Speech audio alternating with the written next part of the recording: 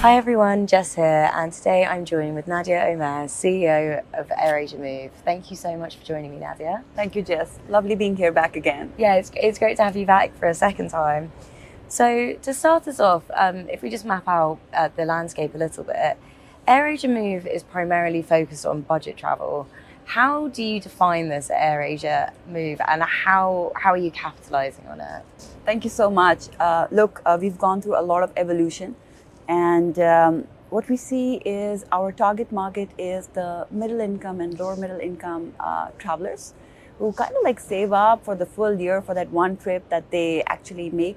So budget travel is all about, how do you make sure that they have the best use of their money, with the airline tickets being at the best price, budget hotels, first mile, last mile connectivity with rides happening, with saving money across the board, and also being able to kind of like split their payments, some with points, some with cash, some offers on special payment partners as well. So you put all the kitty together to make that amazing once in a year trip happen for this traveler base, and it's the best thing that will happen in their lives for that 1 year.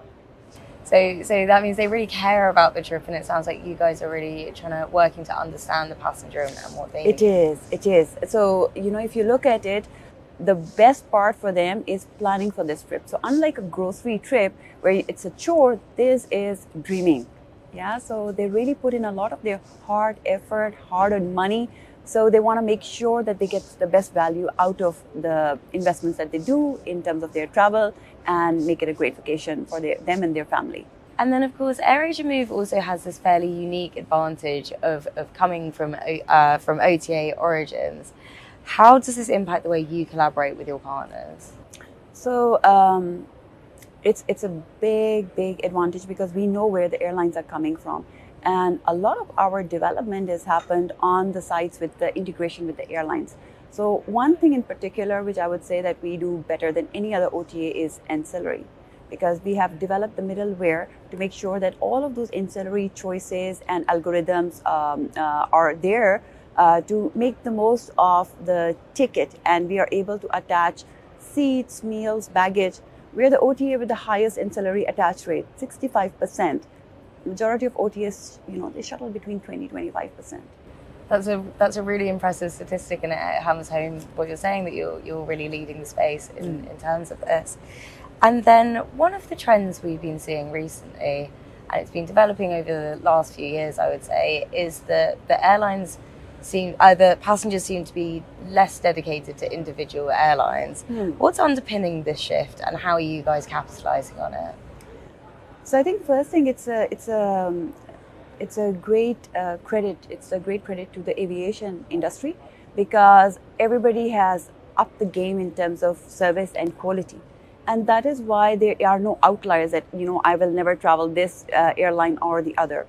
The other thing is very unique, which is, I would say, this ASEAN region. Majority of the travel is anywhere between 2 to 4 hours. Now, that's not a very long flight. When people have to travel for 17 hours, 22 hours, the type of considerations when they look at the airlines is different versus when it's slightly shorter.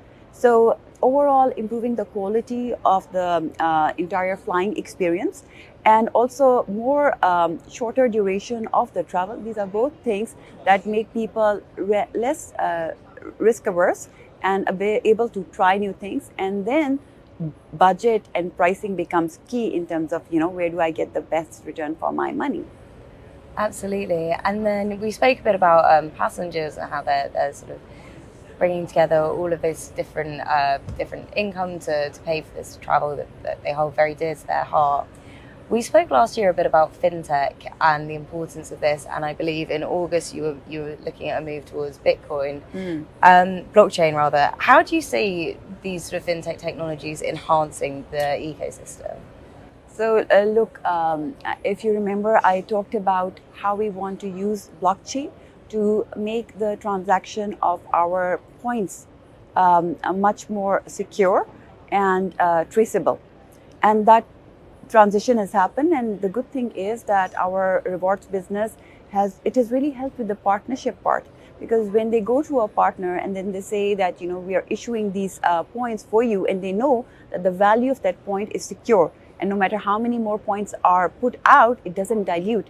That has increased the confidence of our partners to buy these points from us and give it to their loyal customers, and those customers are now redeeming those points on our platform in their travel itineraries. So yeah, I think it's really done the work that it was supposed to build the confidence within our partners and make sure that the value is secure for our customers as well.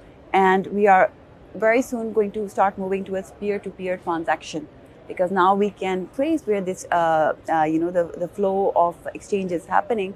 So that's going to be the next generation for rewards. Fantastic. Well, thank you for joining me today and sharing your insights. Thank you, Jess.